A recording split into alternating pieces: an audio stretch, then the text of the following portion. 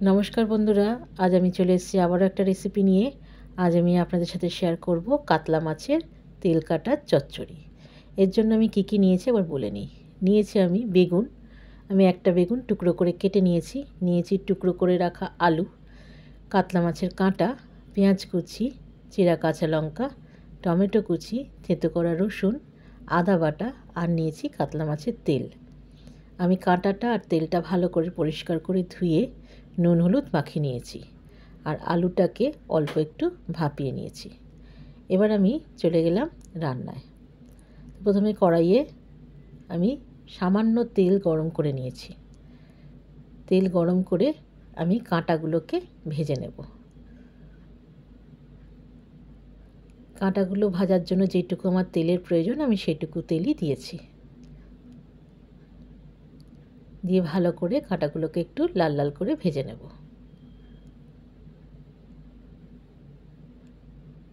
দেখুন কাঁটাগুলো আমার লাল লাল করে ভাজা হয়ে গেছে। এবার আমি কাঁটাগুলোকে তুলে নেব। এই রান্নাটা একটু পুরনো দিনেরই রান্না। অনেকেই এটা পছন্দ করেন, আবার অনেকেই এই ধরনের রান্না পছন্দ করেন না। এটা গরম ভাতের সাথে খেতে কিন্তু অসাধারণ লাগে। আমি কাঁটাগুলোকে তুলে নিয়েছি। এবার কড়াইয়ে সামান্য তেলই রয়েছে। এবার আমি দিয়ে দিলাম কাতলা মাছের তেল।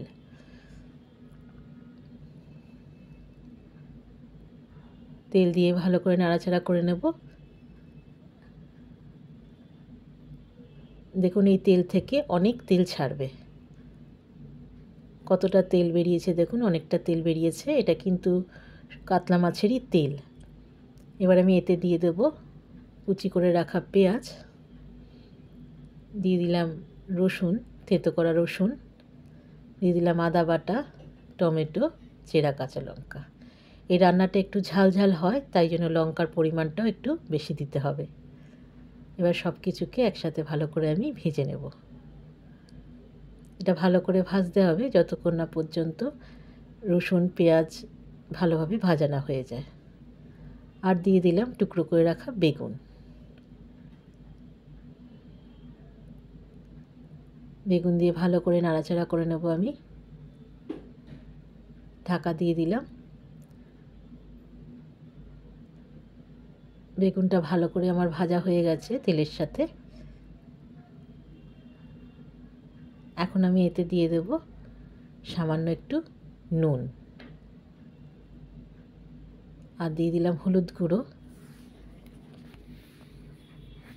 ঝালের জন্য দিয়ে দিলাম বেশ খানিকটা লঙ্কার গুঁড়ো, দিয়ে দেব জিরের গুঁড়ো।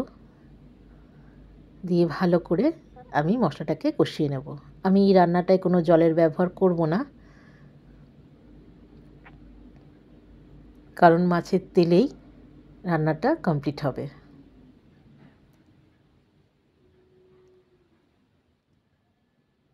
দেখুন বেগুনটাও বেশ নরম হয়ে গেছে। এবার আমি এতে দিয়ে দিলাম ভাপিয়ে রাখা আলু।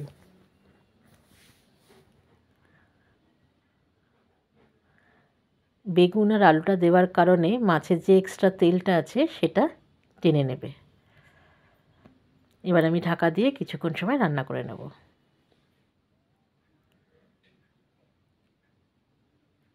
দেখুন আমার বেশ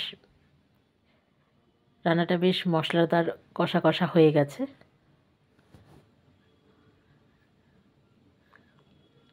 এখন আমি এতে দিয়ে দেবো ভেজে রাখা কাঁটা।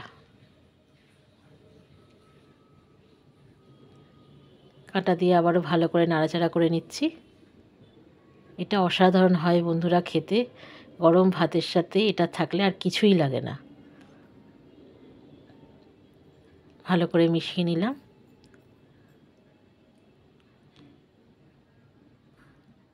এখন আমি দিয়ে দেব বাটা গরম মশলা। আপনারা চাইলে গুঁড়ো গরম মশলাও ব্যবহার করতে পারেন। দিয়ে ভালো করে আবারও একটু নাড়াচাড়া করে নিলাম।